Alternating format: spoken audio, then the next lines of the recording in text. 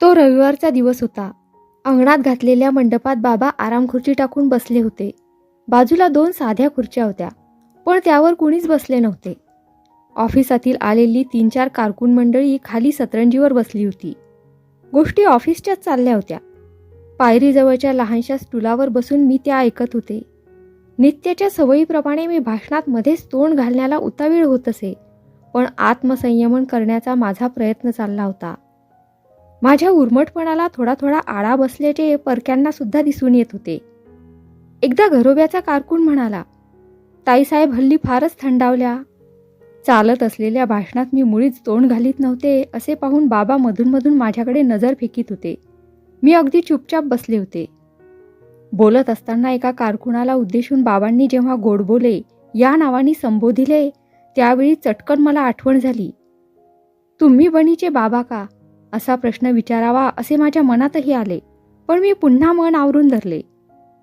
बोलताना चिपळूण तालुक्यातील खेड्यांच्या गोष्टी चालल्या होत्या. त्यात कोळथरे आणि इब्रामपूर या गावाची नावे येताच मला मोरूभाऊंच्या भाषणाची आठवण झाली.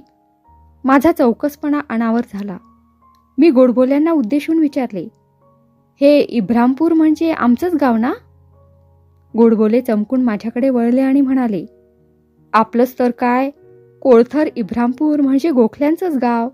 आता रावसाहेबांचा तिथं काही लागाबंधा आहे की नाही हे आज कुणाला सांगता यायचं नाही, पण काहीतरी संबंध निघाल्या वाचून राहणार नाही असं मला तरी वाटतं. बाबा मला उद्देशून म्हणाले, तापातलं इब्रामपूर अजून तुझ्या डोक्यात घोळतं आहे वाटतं. मला वाटलं होतं की विसरली असशील म्हणून. इतका वेळ झाला तरी गप्प बसली होतीस, पण इब्रामपुरानं तुला वाचा फोडली. जन्मभूमीचं हे असंच आहे, गोडबोले म्हणाले. किती झालं तरी जे आपलं गाव ते आपलंच गाव. वाडवडिलांच्या पासून रक्तात जी माती खेळत असते ती केव्हा ना केव्हा तरी आपल्या वस्तूकडे ओढ घेतल्या वाचून राहणार नाही. आम्ही ऐकत होतो की आपलं घर सातारला म्हणून. मला वाटत होतं की सातारा असो की पुणे असो, गोखले तेवढे कोळथर इब्रामपूरचेच. पण आम्ही जर असं म्हणू लागलो तर नसत्या उठाठेवी केल्याचा आरोप यायचा. ताईसाहेबांनी कुठून माहिती काढली वाटतं? नाही, बाबा गंभीरपणे उद्गारले. तिनं नाही काही माहिती काढली. परवा मोरूभाऊ वैद्य तिला औषध द्यायला आले होते, त्यावेळी बोलले. तेव्हाच मला कळलं. म्हटलं पुढल्या खेपेला फिरतीवर जाऊ त्यावेळी आपलं गाव एकदा पाहून घेऊ. तुम्ही आठवण ठेवा, मी विसरलो तर मला ही सूचना द्या. तो विषय बदलला.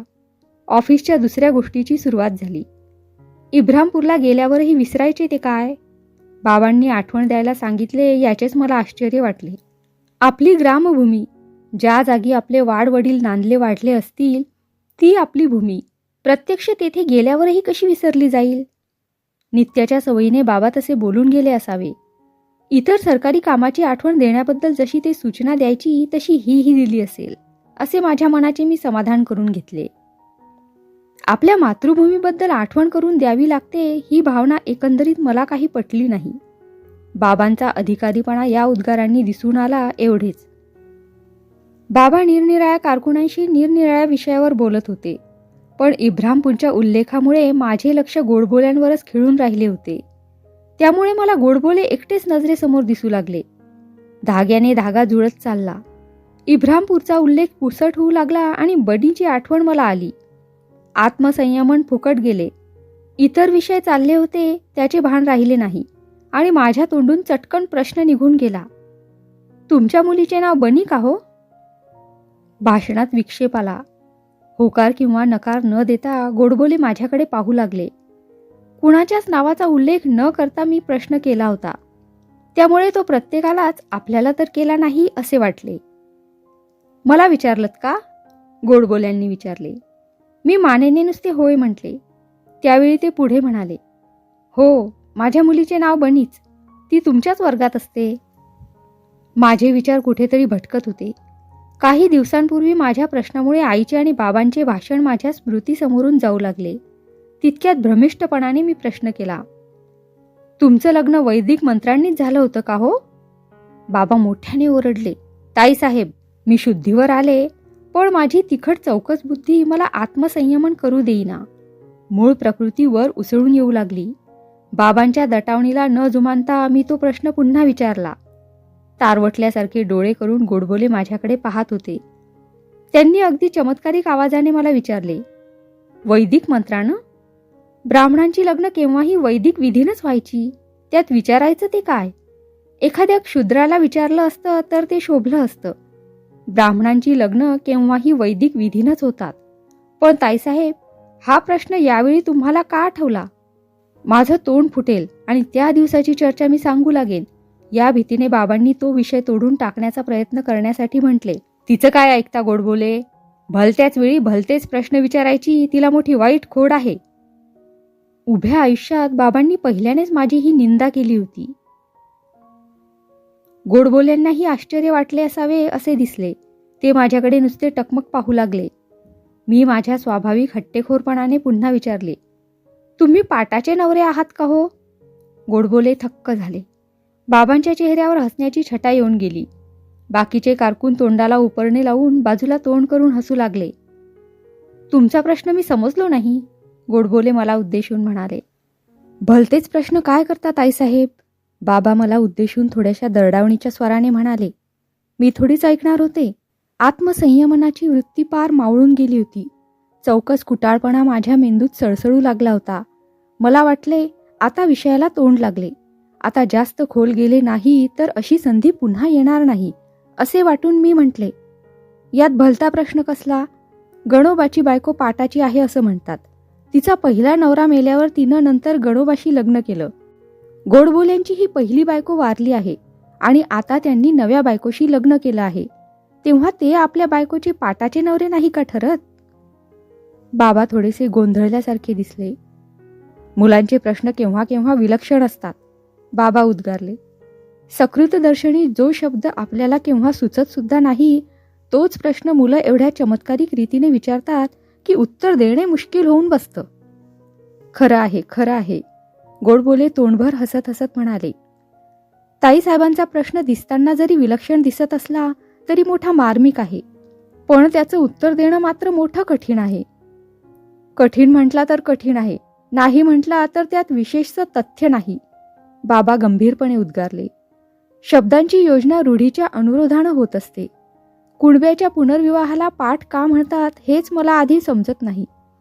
त्यांच्या पुनर्लग्नालाही पुनर्विवाह का म्हणू नये हा मोठा प्रश्न आहे. त्यांची लग्ने पौराणिक विधीनं होतात ना, गोडबोले सरसावून निश्चयात्मक उद्गारले. ब्राह्मणांच्या पुनर्लग्नात आणि शूद्रांच्या पुनर्लग्नात भेद हा दिसलाच पाहिजे. पौराणिक आणि वेदोक्त विधीनं झालेल्या लग्नात उघड उघड असलेला भेद स्पष्टच दिसून आला पाहिजे. बाबा काही बोलत नाहीत असे पाहून गोडबोले माझ्याकडे वळून म्हणाले, पण माझं पुन्हा लग्न झालं आहे हे तुम्हाला सांगितलं कुणी? कुणी का असेना, आधी माझ्या प्रश्नाचं उत्तर द्या, मी थोड्या कुचेष्टेने म्हटले. गोडबोल्यांना उत्तर सुचले नसावे असे वाटले. मी गोडबोल्यांना नखशिखांत पाहत होते. गोडबोले जरा वयातीत गृहस्थ होते. त्यांचे वय 55वर होऊन गेले होते. नोकरीची मुदत संपूनही आणखी 1 वर्ष त्यांना मुदतवाढ मिळाली होती आणि याच वेळी त्यांनी लग्न केले होते. त्यांची मुलगी बनी जवळजवळ माझ्याच वयाची असेल, पण त्यांची बायको किती वयाची होती ते मला माहीत नव्हते. मुलींची लग्ने त्या काळात फार फार तर 12-13 वर्षापलीकडे राहत नसत. त्या अंदाजाने पाहता त्यांची बायको जास्तीत जास्त 13 वर्षाची असली पाहिजे. बनीने बोलावले त्यावेळी मी गेले नाही ही चूक झाली असे मला वाटले. माझा प्रश्न थोडासा अडून राहिला. गोडबोले काही उत्तर देत नाहीत असे पाहून मी विचारले, तुमच्या बायकोचे वय काय आहे? बाबा मोठ्याने ओरडले, ताईसाहेब. हसण्याचा खोटा आव आणून आलेला ओशाळेपणा झाकीत गोडबोले म्हणाले, विचारू देत, विचारू देत. मुलांच्या ठाई चौकसपणा हा पाहिजेच. त्यातून आपल्या ताईसाहेबांची बुद्धी फार तिखट आहे. प्रश्न करण्याची हातोटी मोठी मार्मिक आहे. माझ्या या वयापावेतो मी शेकडो मुलं पाहिली असतील, पण अशी बुद्धी कुठं पाहिली नाही. काही काही मुलं लहानपणापासून मोठी अद्वितीय असतात. त्यातल्याच एक ताईसाहेब आहेत. माझ्याकडे वळून ते पुढे म्हणाले, काय विचारलं ताईसाहेब? वय काय म्हणून? माझ्या या बायकोचं वय 12 वर्षाचं आहे. एवढ्या मोठ्या मुली हल्लीच्या काळात क्वचितच सापडतात. शेवटचं वाक्य साधारणपणे बाबांना उद्देशून होते. काहीच न बोलता बाबा स्तब्धपणे ऐकत होते. मग ती तुमची पाटाची बायको आहे का? मी संथपणे विचारले. गोडबोले मोठमोठ्याने हसू लागले. ते इतके खोटे होते की त्यामुळे त्यांचा चेहरा रडल्या इतका विद्रूप दिसत होता. बाकीचे कारकून मात्र प्रामाणिकपणे हसत होते. काय वाटलं ताईसाहेब तुम्हाला? ते खोटे हसे आवरीत गोडबोले म्हणाले. मी गणू पट्टेवाला आहे असं वाटलं? त्या दिवशी तुम्ही त्यांच्या घरी गेला होतात हे मला माहीत आहे. पण असं पहा ताईसाहेब, तो शूद्र आहे, मी ब्राह्मण आहे. ब्राह्मणाची बायको केव्हाही पाटाची बायको नसते. चांगली 12 वर्ष वाढलेली मुलगी शोधून काढली ती एवढ्यासाठीच. या उत्तराने त्यांना समाधान वाटले नसावे असे दिसले. बाबा म्हणाले, ताईसाहेब आता आज जाऊन आपला अभ्यास करा पाहू. मी उठत नाही असे पाहून बहुवचनार्थी वाक्यप्रयोग सोडून ते म्हणाले, एकूण तू गणूच्या घरी गेली होतीस म्हणजे जाऊ नये की काय? जाऊ नये असे काही माझे म्हणणे नाही, पण ते मला कळलं नाही हे बरं झालं नाही. आता आला तो संबंध माझ्या ध्यानात. तुझ्याच प्रश्नामुळे ती चर्चा निघाली वाटतं. हो, असं म्हणून मी स्वस्थ राहिले. बाबांना वाटले की विषय संपला. ते दुसऱ्या एका कारकुनाला उद्देशून दुसरा काहीतरी विषय काढून बोलण्यास सुरुवात करीत होते. तो मी मध्येच उद्गारले, अहो गोडबोले, माझा प्रश्न तेवढाच राहिला. तुमची बायको पाटाची नसेल, पण तुम्ही पाटाचे नवरे ठरताच की नाही? छे छे, असं कसं म्हणता येईल? गोडबोले म्हणाले. तर काय म्हणता येईल आणि कसं म्हणता येईल ते सांगा ना मला स्पष्ट करून. एक नवरा मरून जी बायको दुसरा नवरा करते तिला जर पाटाची बायको म्हणायचं, तर एक बायको मरून दुसरी बायको करतो त्याला पाटाचा नवरा का म्हणू नये? पण तसं म्हणत नाहीत ना, गोडबोले गोंधळून म्हणाले. तर काय म्हणतात? मी हट्टाने विचारले. अशा नवऱ्याला आपल्या भाषेत स्वतंत्र शब्द नाही, गोडबोले म्हणाले. बाबा वस्कन ओरडून म्हणाले, आता मुकाट्याने जा पाहू घरात. मी उठून उभी राहिले आणि म्हणाले, एकूण काय, माझ्या प्रश्नाचं उत्तर इथं कुणालाच देता येत नाही. मी झटकन आत निघून गेले. बाबांसकट सर्वांना मी चांगलाच टोला हाणला असे मला वाटले. या गोष्टीचा मला बराच अभिमान वाटला. पण पुन्हा असा विचार आला की यात विशेष ते काय झाले? प्रचारात तसे स्वतंत्र विशेषण नसेलच तर? तसे काही विशेषण नसते तर कुणी ना कुणी सरळ तसे का सांगू नये? मला वाटले इथे काहीतरी व्यंग आहे, काहीतरी उणेपणा आहे. बाबांसकट सर्वांना तो उणेपणा पटतो आहे, पण उघड उघड एका लहानशा मुली देखत तो उणेपणा कबूल करायला सारेच भीत आहेत. असे का? या प्रसंगामुळे माझी जिज्ञासा वाढली. बनीला पूर्वी कबूल केलेच होते. केव्हा तरी तिच्या घरी जायचे तर याच वेळी का जाऊ नये? तडक आत जाऊन मी परकरचोळी बदलली आणि गणूला हाक मारली. मी बाहेर जाण्याच्या तयारीने त्याला हाक मारलेली पाहताच गणू थोडासा आश्चर्यचकित झाला आणि म्हणाला, या भलत्याच वेळी कुणीकडे जायचं आहे ताईसाहेब? बनीच्या घरी, असे मी सांगताच त्याने विचारले, बाईसाहेबांची परवानगी घेतली का? तुम्हीच सांगून या आईला, असे म्हणून मी बाजूच्या दाराने घराबाहेर निघाले. कंपाऊंडाबाहेर निघून मी क्षणभर गणूची वाट पाहिली. तो आला. त्याचे तोंड गोरेमोरे झाले होते. मी थोडा वेळ त्याच्याकडे पाहत उभी राहिले असे पाहून तो म्हणाला, बाईसाहेब म्हणतात की यावेळी बाहेर जायचं नाही. मी थोड्याशा रागानेच सांगितले, बाईसाहेबांना सांगा की ताईसाहेब जायला निघाले आहेत, ते आता जाणारच, मागं फिरणार नाहीत, फार वेळ राहणार नाहीत म्हणावं. असं म्हणून मी रस्ता चालू लागले. बरीच पुढे गेल्यावर गणू धावत धावत मागाहून येत असलेला दिसला. मी जरी धावत नव्हते तरी माझी पावलं जोरजोराने पडत होती. गणूने मला येऊन गाठताच मी त्याला विचारले, काय म्हणाली आई? एवढं सांगितल्यावर पुढे काय म्हणणार? गणूने उत्तर दिले.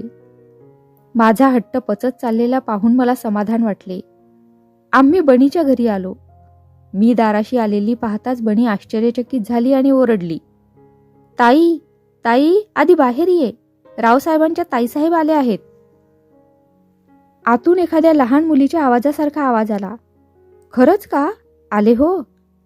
मला प्रश्न पडला, हे उत्तर कुणी दिले, तिच्या आईने की बहिणीने? तो आवाज 12 वर्षाच्या मुलीला शोभण्याजोगा होता आणि गोडबोल्यांनी आपल्या बायकोचे वय तेवढेच सांगितले होते. पण इथे मात्र माझ्या चाणाक्षपणाला धक्का बसला. बाहेर आलेली बाई बरीच वयातीत होती. ती विधवा होती. प्रचलित भाषेत सांगायचे म्हणजे ती सोवळी झालेली होती. तिच्या चेहऱ्याकडे पाहताच मला समाधान वाटले. तिची मुद्रा जितकी गंभीर होती तितकाच तिचा चेहरा प्रेमळपणाने ओथंबलेला होता. तिच्या डोळ्यात आईची नजर होती. माझ्याकडे पाहताच ती इतक्या प्रेमळपणाने हसली की त्यामुळे माझ्या अंगावर रोमांच आले. धावत जाऊन तिच्या गळ्याला मिठी मारावी असे मला वाटण्याइतकी हृदयातील स्फूर्ती भरून आली. या का तुझ्या ताईसाहेब? त्याच बाल आवाजात शब्द आले. आता संशयच राहिला नाही. गोडबोल्यांच्या बायकोचा तो आवाज नव्हता. मीही हसत हसतच म्हटले, ताईसाहेब नव्हे बरं का, माझं नाव गोदू. असं कधी कुणी म्हटलं आहे? रावसाहेबांच्या मुलीला ताईसाहेबच म्हणायचं.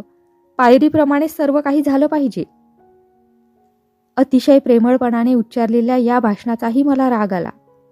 का म्हणून मला ताईसाहेब म्हणायचं? मी कुर्र्याने म्हटले. अगदी कंटाळले आहे या ताईसाहेबीला. तुम्ही म्हणता का हिला बनीसाहेब म्हणून? बनी म्हणते का तुम्हाला ताईसाहेब म्हणून? कशाला उगीच ही ढोंग? माझं नाव गोदू. पुन्हा सांगते, माझं नाव गोदू.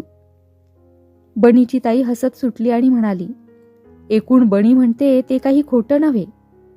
काय म्हणते बणी? काय केल्या माझ्या चहाड्या तिने तुमच्यापाशी? चहाड्या? वा. ती तशीच हसत म्हणाली, चहाड्या नव्हेत हो, तुमची तारीफ करता करता तिचं तोंड अगदी फाटत असतं. असे म्हणून तिने पुन्हा एक वार माझ्याकडे डोळे भरून पाहिले. काय केली माझी तारीफ तिनं? मी विचारले. असं उभं राहून किती वेळ बोलायचं? या ना आत. आम्ही सर्व माझघरातून स्वयंपाकघराच्या बाहेरच्या खोलीत गेलो. बनीने मला बसायला पाट दिला आणि ती स्वतः उभीच राहिली. बनीची ताईही उभीच होती. आत येताच माझी निराशा झाली.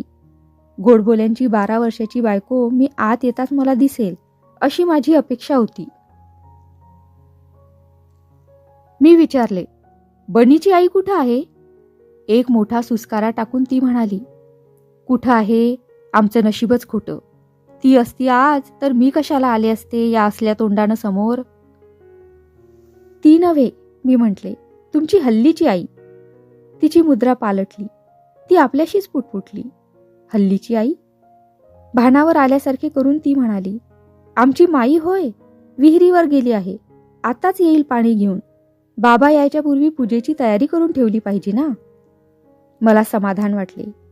एकूण बनीची आई, म्हाताऱ्या गोडबोल्यांची हल्लीची बायको मला पाहायला मिळणार. आईला न जुमानता आल्याचे सार्थक होणार. किती क्षुल्लक गोष्ट, पण मला निष्कारण तिचे महत्त्व वाटत होते. बनी कोण? तिची सावत्र आई कोण? त्यांचा माझा संबंध काय? आणि तिला पाहण्यासाठी मला एवढी उत्कंठा का वाटावी?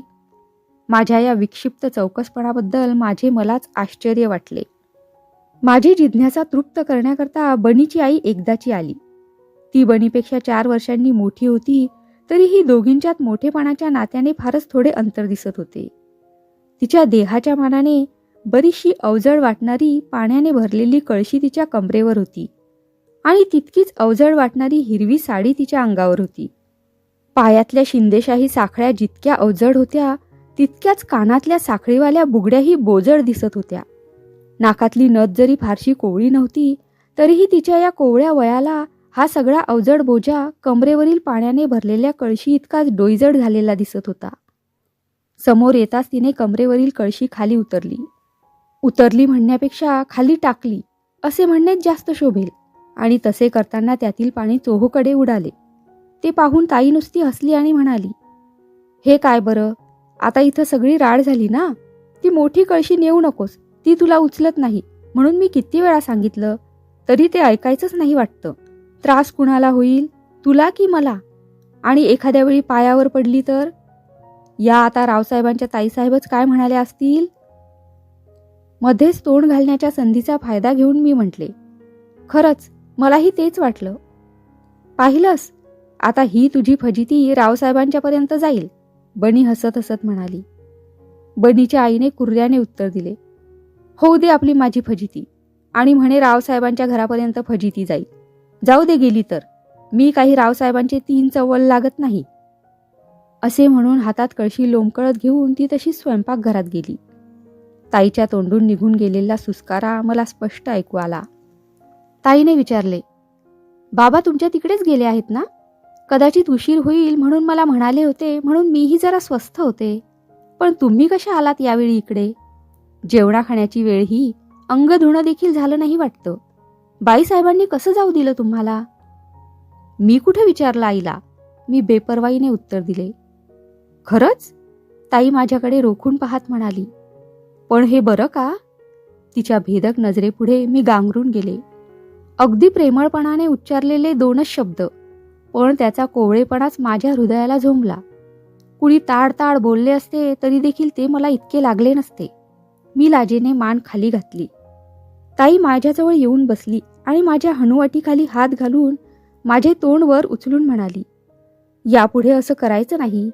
हा गणू देखील मेला किती वेंधळा आहे, त्यानं तरी नाही का सांगायचं? मी ताडकन उभी राहिले आणि म्हटले, मी जाते तर आता. तितक्याच प्रेमळपणाने ताई म्हणाली, असं कधी झालं आहे? जरा तोंड गोड केल्याशिवाय गृहस्थाच्या घरातून जायचं नसतं. मी गोंधळून गेल्यासारखी झाले. या बाईचा प्रेमळपणाच मोठा दुस्सह होता. शांत शब्दाने पण भेदक वाणीने उच्चारलेले तिचे प्रत्येक वाक्य ऐकताच जीव कसा कासावीस होत असे. जावे की राहावे ह्याचाच मला निश्चय करता येईना. तिने दोन्ही हातांनी धरून मला पुन्हा पाटावर बसवलं. ती आत जाताच बनी माझ्या कानाजवळ येऊन म्हणाली, पाहिलीस आमची माई, एक दिवटी आहे बरं दिवटी. तू येऊन बसलेली पण विचारपूस तरी करते आहे का पहा. बाहेरून गोडबोल्यांचा आवाज आला, बने अंग धुवायला पाणी काढ. तितक्यातच पुन्हा पुढील शब्द ऐकू आले, कोण गणू? यावेळी तू इथं का? उसने पैसे मागायला आला आहेस वाटतं. तुला बजावून सांगतो की यापुढं मी एक कवडी सुद्धा देणार नाही. गणूने काय उत्तर दिले ते ऐकू आले नाही, पण नुसते खरंच असे अगदी आश्चर्याच्या स्वराने म्हटलेले ऐकू आले आणि मागोमाग गोडबोलेही माझ्यासमोर येऊन उभे राहिले. पण नुसते खरंच असे अगदी आश्चर्याच्या स्वराने म्हटलेले ऐकू आले आणि मागोमाग गोडबोलेही माझ्यासमोर येऊन उभे राहिले. हे काय ताईसाहेब? गोडबोले म्हणाले, यावेळी तुम्ही इकडे कुणीकडे? मी दुष्टपणाने हसले. त्यांच्याकडे अगदी रोखून पाहिले आणि शक्य तितक्या कुत्सित स्वराने बोलले, तुमची पाटाची बायको पाहायला आले होते. समोरून येत असलेल्या ताईच्या हातातील पितळी आतील 2 लाडवांसकट खाली पडली आणि त्यातील एक लाडू घडघडत माझ्या पायाशी येऊन थांबला.